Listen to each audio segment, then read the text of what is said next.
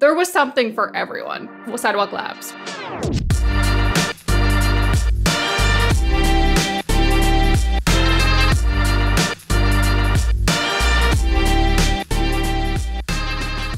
We cover a lot of different types of stories on BetaKit. Stories we chase down, stories that smack us in the face, stories that we cannot escape. Rarely do those stories attract global attention from all corners of politics, society, and tech. So much attention that no one seems to agree on what the story actually was. Such is the case with Sidewalk Toronto, the unholy merger of Waterfront Toronto and Sidewalk Labs that put one of the world's largest tech companies in Toronto's backyard and looking to build a pretty big treehouse. It's a story that BetaKit covered extensively from 2017 to the project's ignominious shuttering in 2020 during COVID-19. And to be honest, it's a story that we struggled with, trying to set all of its writhing tendrils in context for our audience. Turns out we weren't the only journalists struggling. Globe and Mail reporter Josh O'Kane got hit with the bug so hard that he decided to write a book about the whole thing, called Sideways, The City Google Couldn't Buy. He joins me and Rob on the podcast this week, along with BetaKit's senior editor, Meagan Simpson, to relive the highs and lows and discuss the lessons learned from a local boondoggle that captured the world's attention. Let's dig in. There are a lot of ways we can take this conversation, but I think it's best to start at the most simplest thing and then spiral into complexity. Josh, can you explain to our listeners in 240 characters or less exactly what is Sidewalk Toronto? Yeah, so in October 2017, Justin Trudeau and Eric Schmidt, then the chair of Alphabet, and a guy named Dan Doctoroff, who is best known as New York's former deputy mayor, all stood on a podium on the waterfront of Toronto and said they were going to build a neighborhood of the future. And a lot of people were really excited about it because Dan Doctoroff was the chief executive officer of this company called Sidewalk Labs, which was a new subsidiary in this crazy little thing called Alphabet that Google had reorganized itself into so that it could try new things, which is why Eric Schmidt was there too. And everyone was excited. They were going to try to disrupt cities the way that Google had tried to make the internet a more accessible and interesting place. And they had picked Toronto, or so was suggested by some of the language that they used. In fact, what happened was a somewhat boring government agency called Waterfront Toronto had picked it through what's called a procurement process, which means as soon as I say that word, half your listeners will disappear from this podcast, but I promise you it'll be Not this pod. Some of them, ears perked up. Procurement. All right, procurement. We're talking public-private partnerships. We're talking procurement. We're talking governance, all those big words. So they had picked Sidewalk Labs after a contest to develop this 12-acre site at the foot of Parliament Street in Toronto, in downtown Toronto. It had been sort of post-industrial sort of slice that they have been gradually redeveloping, and Sidewalk Labs thought this would be their opportunity to develop a community of the future, which was labeled at the time Smart City, though that is a phrase Sidewalk Labs distanced itself from. And from there, they launched a planning process, and they very quickly spiraled into a lot of controversies over who gets to benefit from this kind of place, what happens with the data that might be collected from all the sensors when you're trying to develop a city of the future that uses information using tools like artificial intelligence to solve problems using data sets that had never been previously accessible before, and over how much land they might have access to, because the contract was for 12 acres, but there was some vague language that said maybe if you do go to the 12 acres, you will have access to more. The company really liked the more part of what I've just paraphrased. And so all of that led to 2.5 years of controversy and a whole lot of people who unexpectedly banded together and opposed the project, which therefore gained notoriety on a global scale. And then I was, I guess, lucky enough to cover this in the front row seat, literally from the Globe and Mail, which is about like half a kilometer away from this site. You could see this sort of muddy patch of land from my friends' desks in the newsroom. Okay, so a couple things. Way more than 240 characters, but a pretty good job describing it. Should also note the words "but" and vague language might show up more than once on this podcast as we dig into this. But pretty succinct for a very, very large subject. Now, in 140 characters or less. All right, I'll try. What is Sideways?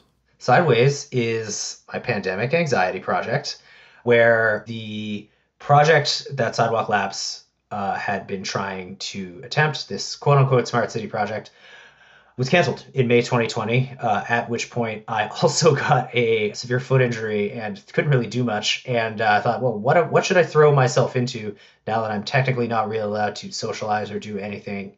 And that answer, for some reason, wasn't just playing Animal Crossing. I only had a PlayStation Classic, not a cool new Nintendo Switch. But I had been considering writing another book. I had written a book previous to this. Whoa. This isn't a podcast about both your books. This is only a podcast about your All right. second. You've asked me about the other book on a different podcast, Doug. Anyway, I had a few half-finished book proposals on my hard drive, but then I was like, this sounds something that's immediate. It sounds like something that has a really natural audience.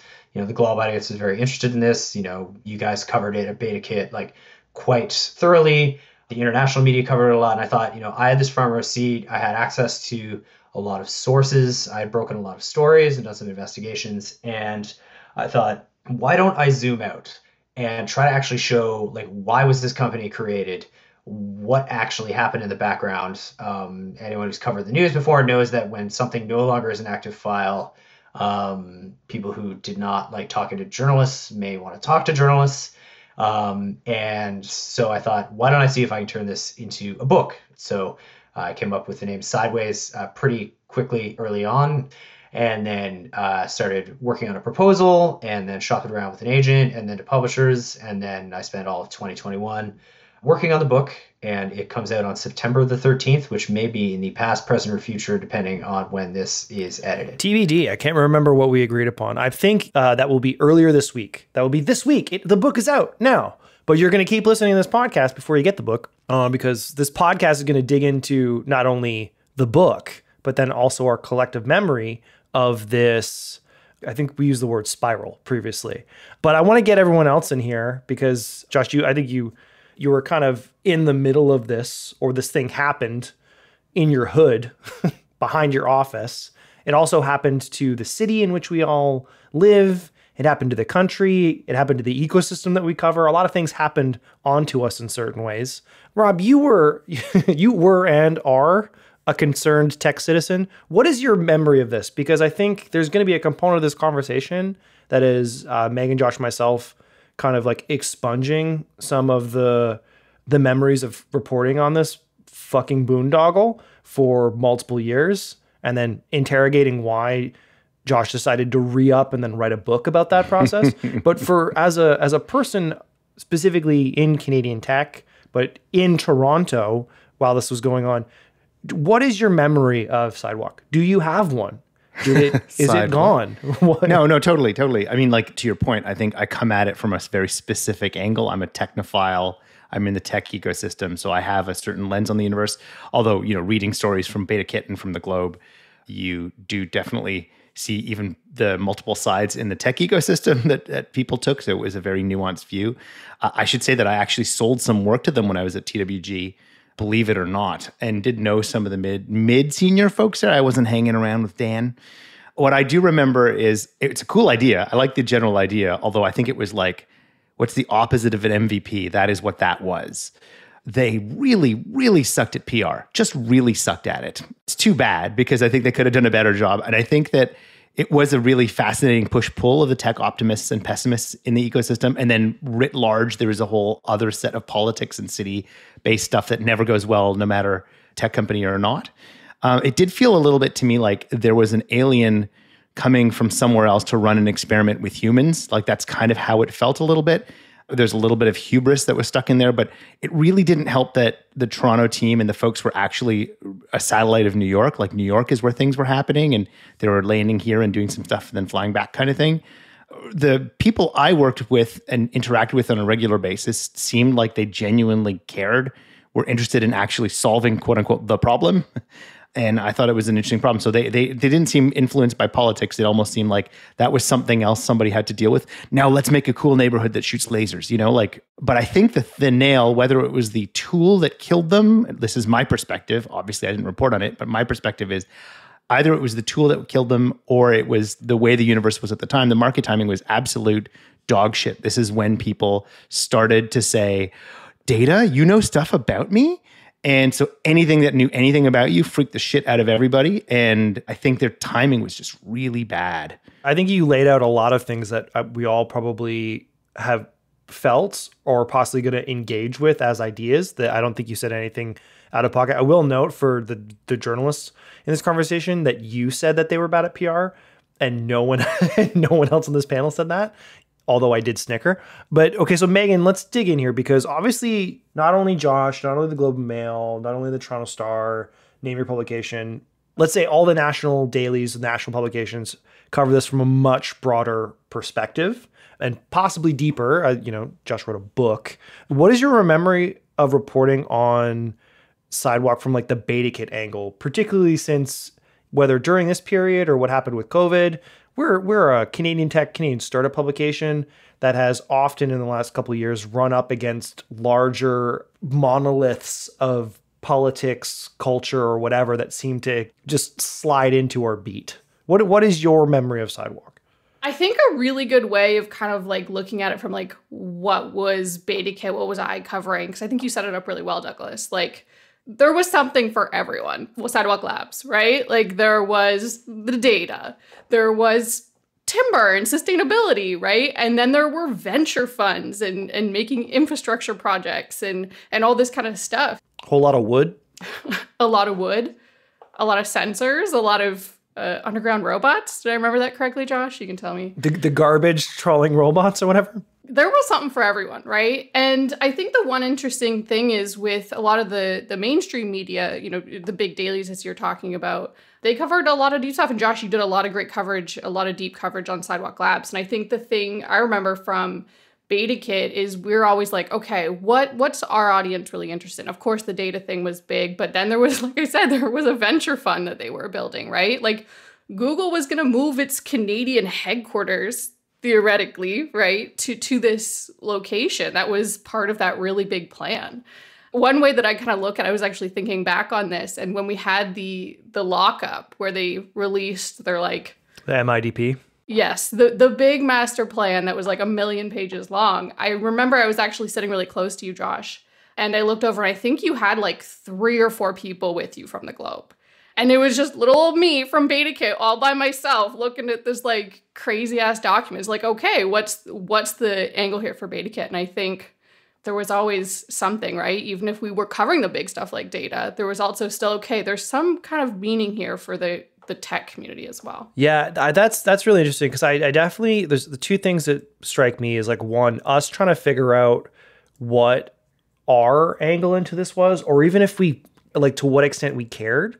Because in the early days, this was like a municipal real estate thing that happened to involve some people that we write about, or at least appeared that way at that time, and then very much got dragged much more into our beat. I remember, while you were there by yourself, Isabel and myself hanging at the office wondering what was taking so long, is because you were dragging 18 pounds of MIDP back from the lockup to the BetaKit office at the time, RIP the BetaKit office and offices in general.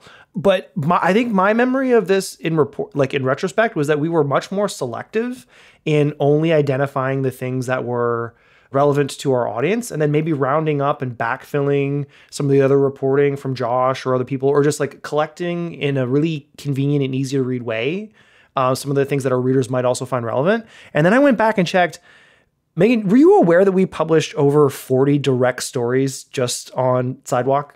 I did not know it was that many, but this blew my fucking mind. I was like, I think we did like maybe like 5 to 10 stories, 40 stories just directly about Sidewalk Toronto, and then maybe 60 if you include other stories that spoke to data, privacy, all this other stuff. And I don't know if it's an act of self-care that maybe during the pandemic, as I was playing Animal Crossing, my brain just deleted some of this stuff.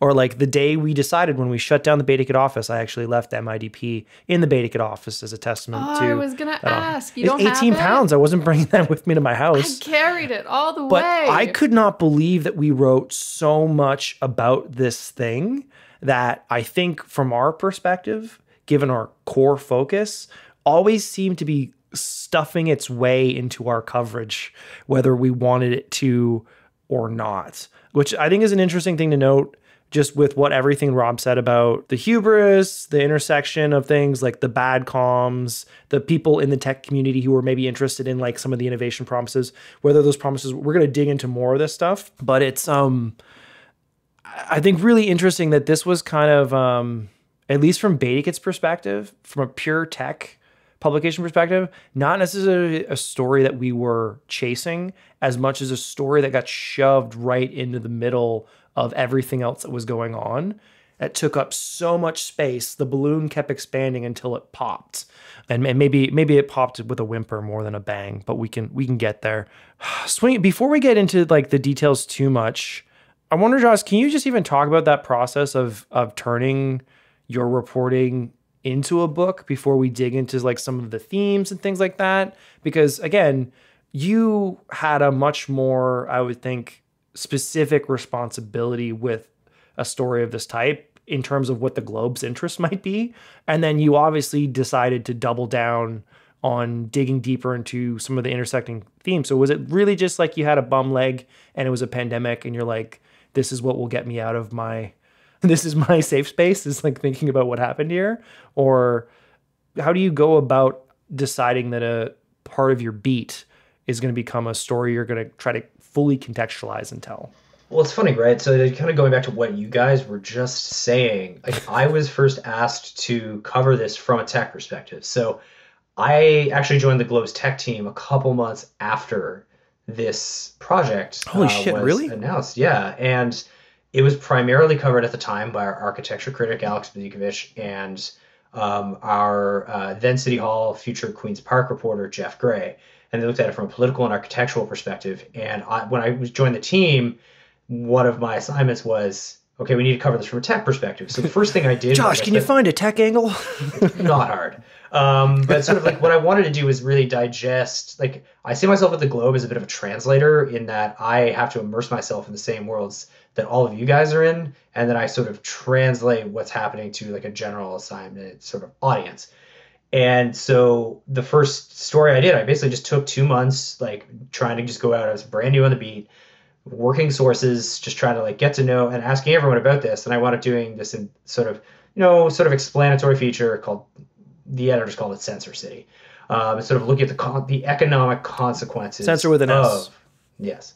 The economic consequences of all this data collection, looking at who gets to benefit from data collection, who can then use that data to figure out how to solve problems within, in this particular use case, the city.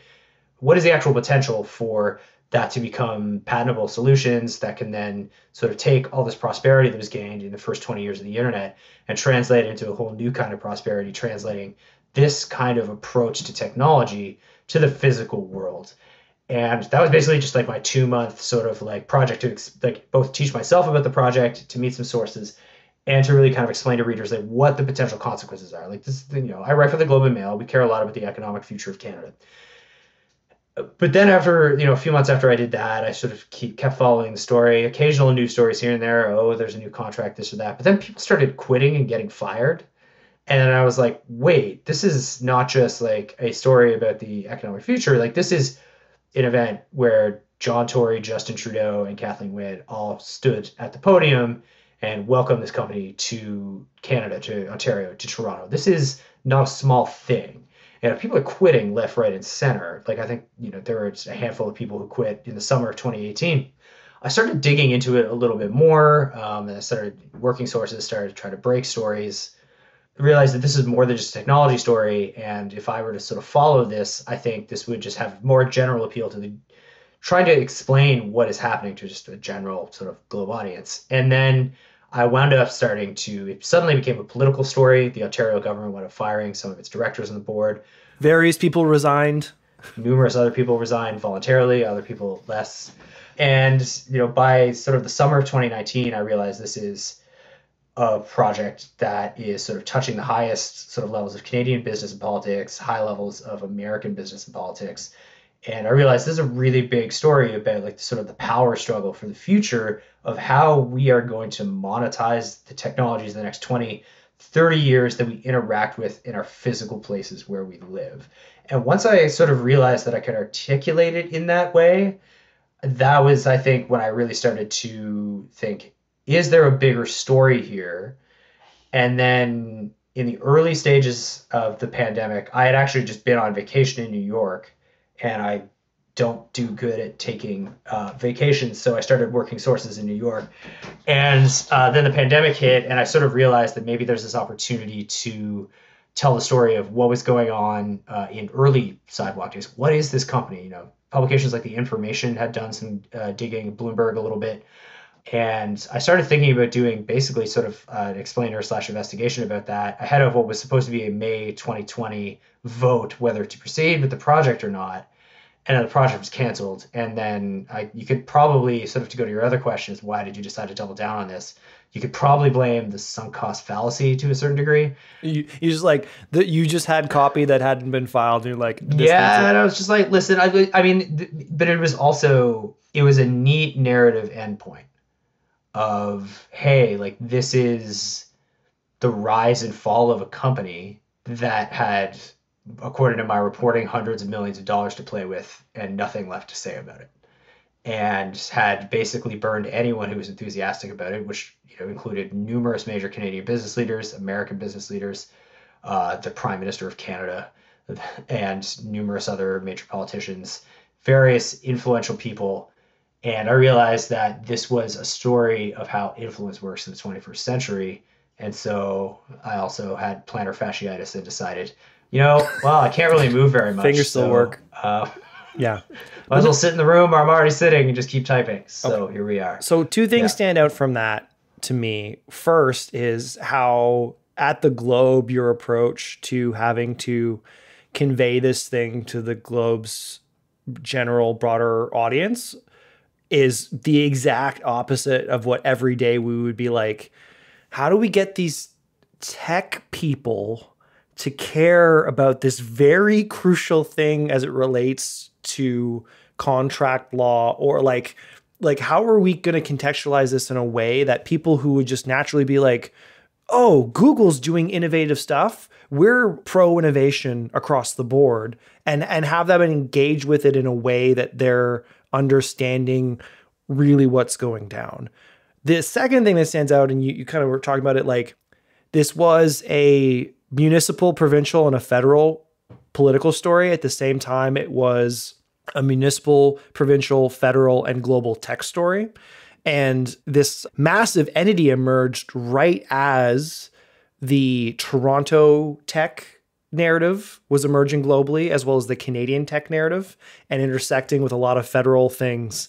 And you're talking about who was standing on stage for the announcement of this, and like to compare that to the ending, or maybe the wake, which would have been like Collision 2021, where you have Mayor Tory basically saying Sidewalk wanted a bargain basement price for Quayside, which is like a very different statement than prior ones made at the beginning or through the middle. Like Dan Doctorow disputes that and personally emailed John Tory frustrated about your story reporting that, just so we're clear on that. So yeah, Dan Doctorow being frustrated could be a whole other podcast.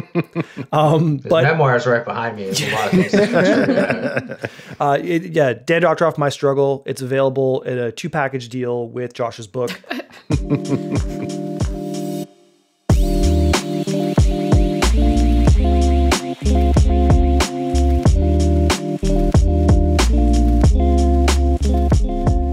Breaking news, the 6th annual SaaS North Pitch Fest has returned. Apply to Pitch Fest at SaaS North and you could get a chance to pitch your SaaS company on stage in front of Canada's leading investors and entrepreneurs. That's the BetaKit keynote stage, by the way. The last challenger standing will take home $115,000 in cash and in-kind prizes. Applications close on September 29th, so apply today at saasnorth.com/pitchfest.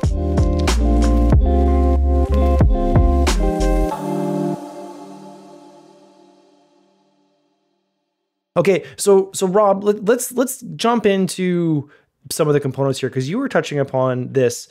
Do you feel like the ecosystem of which you are a part of got grokked fully the level to which the political intersected with the business and the tech at each of these levels? Or was it purely just like, at that time, Toronto, Ontario, Canadian tech was pro-innovation, pro any sort of amplification or signal that Toronto was a place for innovation, and we're just not willing to dig beyond like what it really means to have garbage robots walking under city streets? Or walking? I guess they rolled. I don't think they actually had legs. Yeah, they rolled. According to the MIDP. But Rob, so going back, because you have two different publications represented here, speaking for a variety of different journalists, all who were trying to snow cone an iceberg. I think we had talked on previous podcasts at that time about whether or not people really got it, and we were very much noting tech luminaries in the space who were just being like, why are people against innovation? City councils, like, there's again politics, red tape, slowing down development. Progress. Like, how do you parse the intersection of those two things? I think you put your finger on it if the folks covering it are like, is this my beat or your beat? And never the twain shall meet. First of all, how the hell is anybody? This is why I'm looking forward to actually reading the book, because I don't think you've got these like little pinholes you're looking through and you're trying to figure out what the hell is going on. The story is evolving in real time with multiple layers of politics, stuff that people, data scary. It was just becoming known what that kind of stuff was. And don't forget, like, this was just after Airbnb and Uber had, started. There's some regulations that started to like, here's how we regulate this, the sharing economy. That started to show up around the beginning of this too, right? Post Uber and Airbnb entering the market.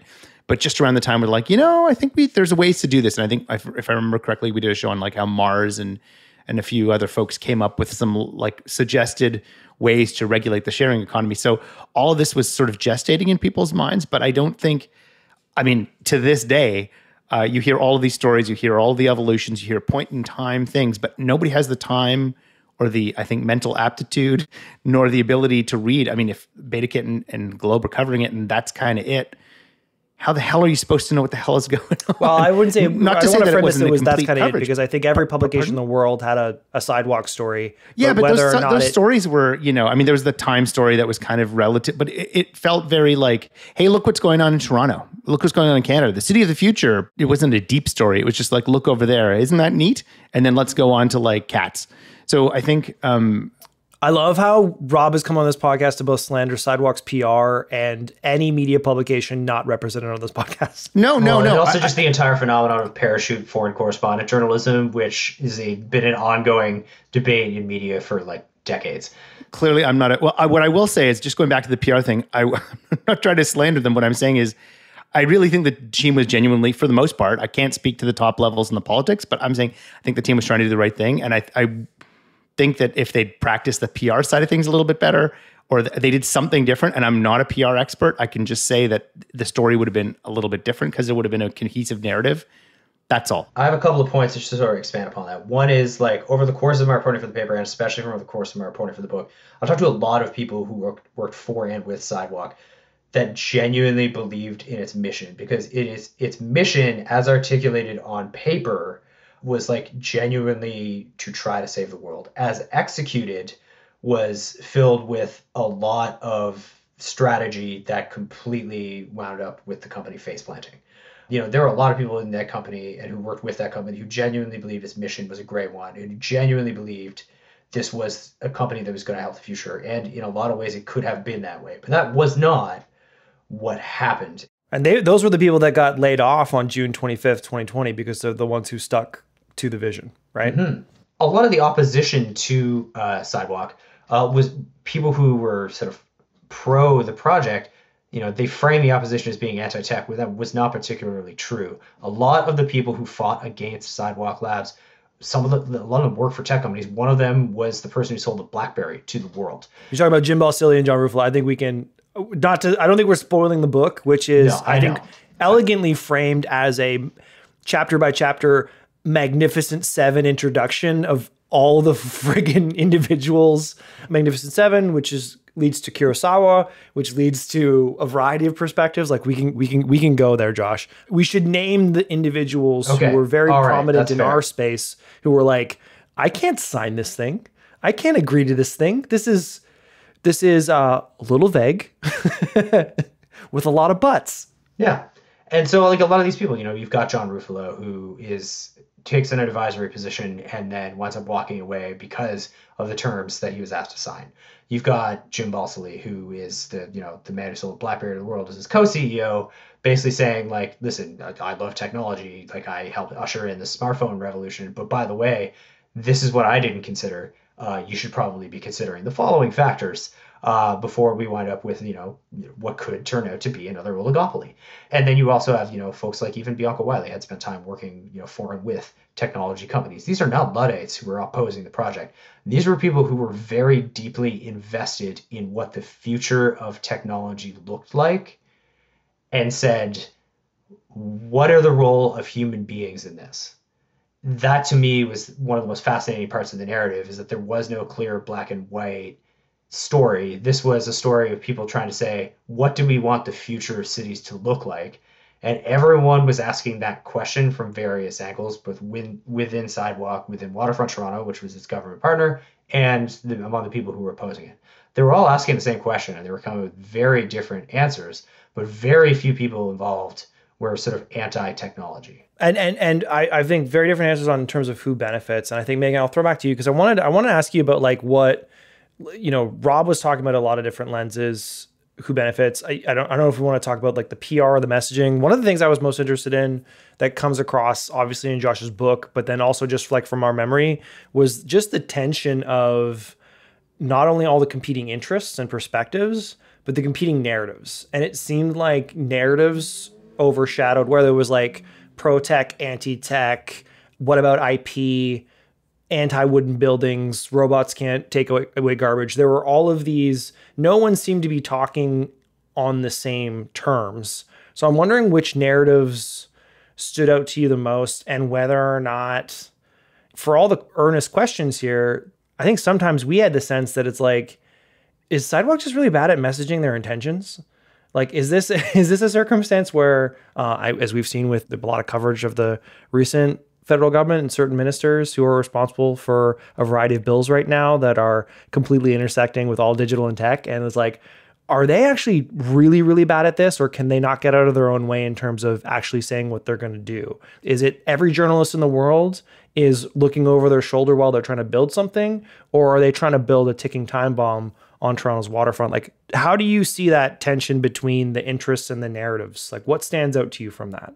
Yeah, I think just to even Josh's point from earlier, like I remember going to their show floor, right? The site where they would have it. And the they people did a tour. that would, doing tours, and like people were so excited, right? The people that were working there, people in our ecosystem were really excited about the work that they were doing, right? So I think there was a lot of excitement there. But I think that one thing that really stood out for me that I think a lot of people in the tech ecosystem were particularly interested in was that data point. And that's not surprising, right? I think, Rob, like you said, it was becoming very popular. Oh, companies collect our data and it's not secure, or, like we are the product. But that still continues today, right? Like Google still deals with stuff on a daily basis related to concerns about privacy and data. And so do many big tech companies, right? So I think to your question, what stood out for me the most? I think a lot of people were concerned about that data because, like Josh pointed out, there were some big players in Canadian tech that were like, I don't know, I can't sign off on these certain things because this is how it's going to go. So I think that kind of very much stood out for me. And it didn't seem like Sidewalk could get around that. And then, of course, they tried to grab more land and there was all sorts of stuff going on, right? That there was more happening. They had a lot to overcome. But I think maybe from the Canadian tech perspective, to me at least, that stood out as a very kind of big factor. Yeah, I wonder maybe to throw this back to Josh, if it's how much of that you felt was they weren't going to give the answers because no one was going to like the answers. They didn't have the answers yet, or they just weren't willing to share. And in not sharing, there was a vacuum. Because I remember the tour that the whole BetaKit editorial team took at the Sidewalk little annex showcase building, which only happened at the repeated requests of Sidewalk Toronto employees who understood the value of taking us through that. And overriding the concerns of the corporate comms team which just thought it would be better to never engage with us unless absolutely necessary. So there was that reflection of like, there is one division of this organization that truly believes in this project, trying to bring tech-focused media in to talk about cool tech stuff. And then there's another division of the organization is like, we should actually not talk to any journalist ever because from jump, this has been an absolute cluster. So I'm wondering if you feel like, Josh, what I really want to know is what actually killed this thing? And was it one thing? Well, that's a loaded question. Hells yeah, man. Several loaded questions. So what brought this thing down was an extremely strange relationship and set of expectations between Sidewalk Labs and the government agency that it was working with, Waterfront Toronto. Waterfront is 1/3 owned by each of the provincial, federal, and municipal governments, which means there is no majority shareholder, which means that there's no one group that it is either responsible to or that can tell it what to do, which means that if an organization partners with it and it wants land or it wants policy, those are two separate governments, each of whom have the capacity to and did walk away rather than actually substantively engage with what was going on. In a lot of ways, this was a failure of any government really taking any real responsibility. There was some evidence of the municipal government, the Toronto government, trying to take a bit of responsibility over this towards the very end, but there wasn't enough time to actually pull that off. So when you have this sort of wacky, what I refer to in the book as a proxy war, where you've got three governments sort of like triangulating at Waterfront Toronto, and then you've got the very interesting series of experiences within Sidewalk Labs, where you've got Larry Page sort of overseeing the whole thing, but you've got Dan Doctoroff, who's this sort of very sort of full speed ahead former deputy mayor of New York, really interested in aggressively developing property as quickly as possible. These two organizations were kind of at a proxy war of all these very different sets of intentions. And so even though this was in theory about like what a lot of people use as shorthand is like, do people want technology in the future of cities? What actually happened was it was sort of an explosion of a public-private partnership. And if you look at things through that lens, when the 18-pound master plan, as Doug, you said, sort of came out in June 2019, that asked for a lot of things that Waterfront Toronto had been privately, as I report in the book, pushing back against. Now, in my reporting, Sidewalk Labs claimed to me that Waterfront Toronto did not push back nearly as much as Waterfront Toronto told me they pushed back. Or members of Waterfront Toronto in the very interesting opening of the book, which I suggest everyone purchase and read. Thank you. Basically, that book, like if Waterfront had had its way, that would have never been published as is. They asked for, and you have to phrase this correctly, but they asked for basically significant powers over hundreds of acres of land, but particularly over, I believe it's about, sorry, I don't have the manuscript in front of me, let's say 70 acres, but it might be 90 acres of land, real strong powers over that. Not necessarily to own or buy, but they were considering that as well. So a 12-acre hot potato that was actually a much larger hot potato. Precisely. And so, this was a contract that was only ever for 12 acres. If you listen to the comments that Sidewalk Labs gave at the Federal Ethics Committee ahead of this, where they claim basically that the document could be interpreted to say, oh no, you get more than 12 acres. No, I've read that document many times, and Waterfront Toronto has told me many times this was a chance to work for 12 acres. And then rather than actually move forward, they argued for like 4 months over whether how much land and other things they were going to do. And so there was this 4-month-long sideshow over like what was accused to be a land grab, what was accused to be a data grab, what was accused to be a variety of other things. Transportation tax grab. Yeah, they wanted to change numerous laws. And in the end, it all just like wound down on Halloween 2019 into basically what they had been at like a year and a half earlier. And then the pandemic hit. And Sidewalk was scrambling to figure out how to make the economics on 12 acres work, even though that was the only parcel of land they were ever officially promised.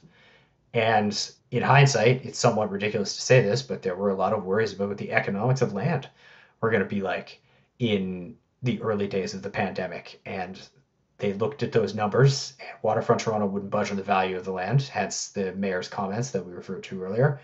And Sidewalk Labs walked away, and a lot of its staff wound up getting laid off. A lot more staff wound up leaving the company, and then it got totally absorbed, with the exception of one small division, back into Google with hundreds of thousands of dollars wasted. Sorry, hundreds of millions of dollars disappeared. Yeah, I was going to say, if they had only wasted $100,000, this would have been a much smaller book. But in maybe interest of fairness here, and maybe to see if certain people will send us an email related to our reporting rather than you, do you feel like there's a component here we should be acknowledging related to like certain principal people's health during that time? Like it's not just the pandemic, but there are other motivations that might have led individuals to say, I'm just wondering if it's fair to say that it shrinking back to the original size, that a cost benefit analysis was made to pull the chute during a pandemic. Like, were there other considerations there? Or is that a situation where you're like, I literally have 3 chapters about this, Douglas? No, they said it was the economics. That was their public statement. No, they said that the economics of the deal didn't make sense, particularly because of the pandemic. Well, then let's leave it at that and move on and ask you some very fun book questions. I think first question is, when do you decide to name all the titles after Canadian music? And how many readers do you expect to get that? And when? So far, I think 3 people have gotten it, and they are all journalists. Yeah, it was, part of this was because I am trying to sell a Canadian book to a global audience. This book is being published by Random House Canada, but through North America and possibly in other jurisdictions in the coming months. And what I did is I wrote the book in such a way where I'm actually trying to kind of explain Canada to people. Whereas my first book really was sort of a celebration of Canada. This book, I kind of tried to take a bit of anthropological look at what Canada is. And there's pretty much a chapter, you sort of described the Magnificent Seven.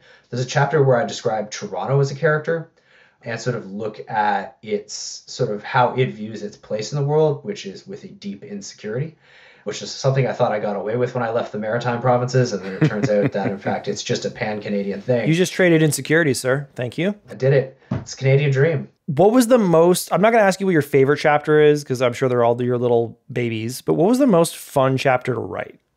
Fun chapter to write? There is a little bit of speculative fiction based on the Yellow Book in chapter 4 or 5.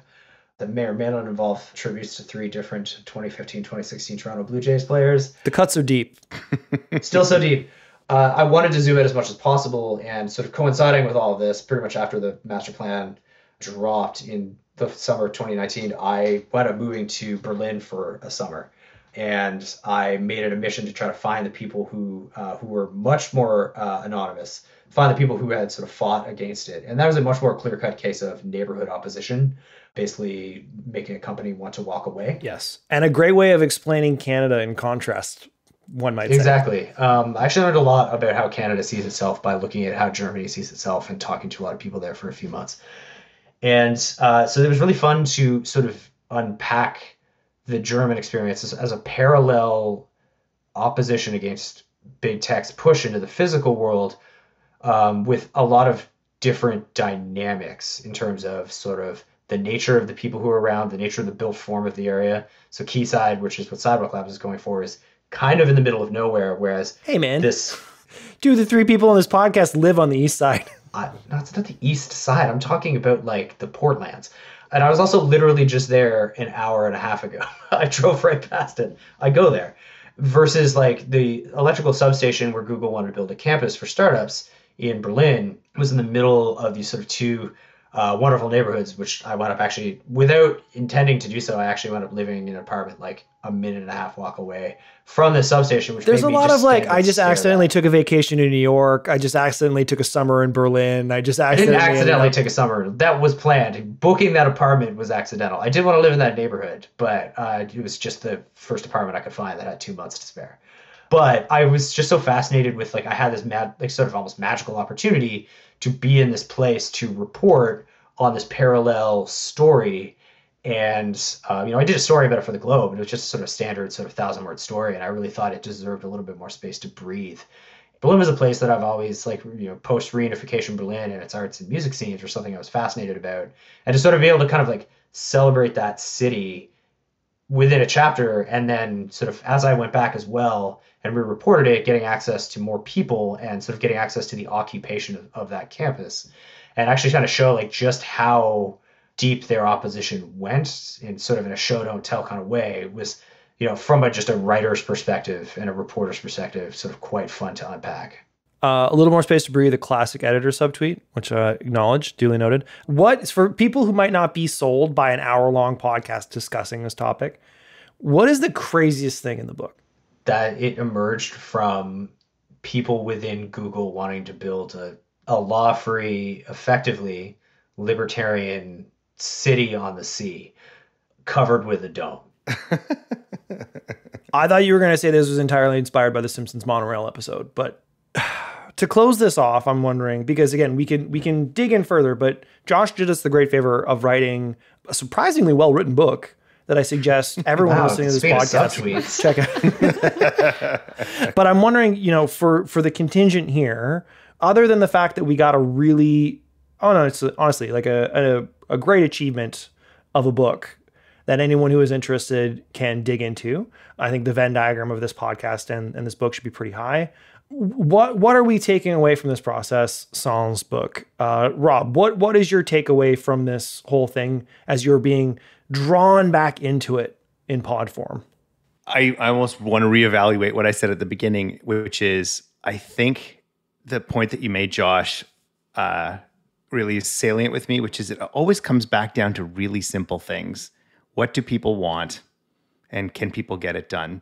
It sounds to me like technology was a cudgel used to make an argument because it's not the thing that I wanted. And so people were like, flooding the zone with shit to see what would stick. And so, it's comes back to the old fashioned, what do people want? Power and politics. And I guess that's to be expected, but it's sad.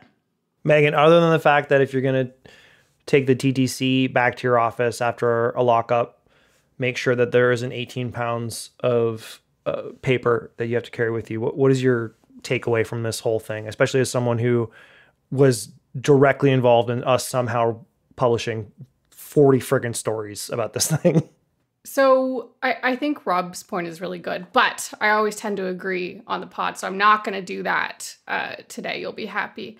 I think one takeaway for me is that this idea, again, just that excitement about certain people in the ecosystem of building this like city of the future, right? Like the excitement about what that would look like, the sustainability, the possibilities it could bring to people was all very exciting.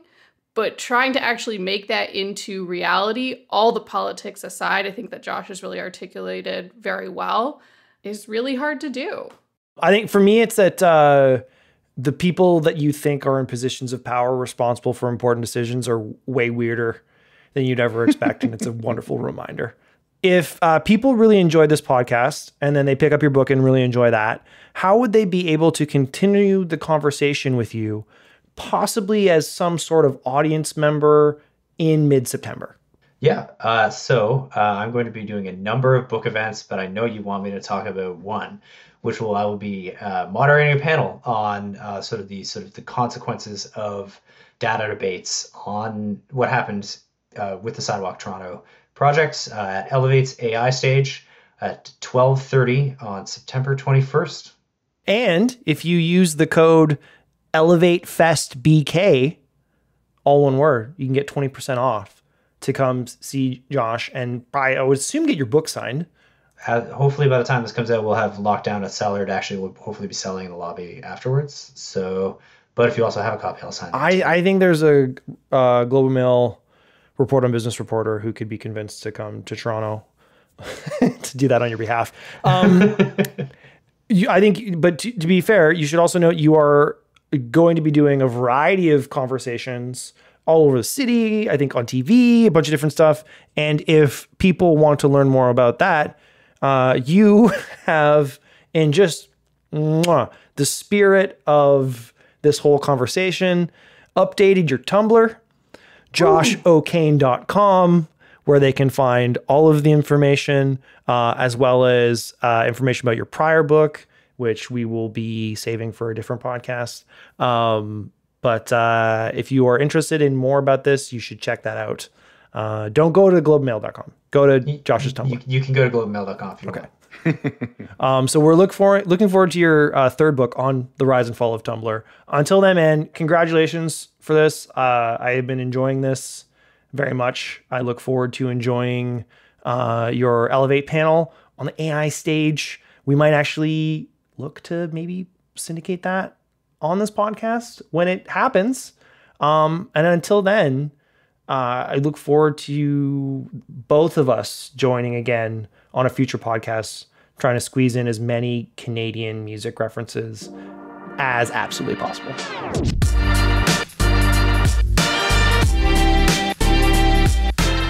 The BetaKit podcast is produced by BetaKit Incorporated. It's edited by Katie Lohr, and its hosts are Rob Kennedy and me, Douglas Saltis. To learn more about how you can support this podcast, head to patreon.com/BetaKit.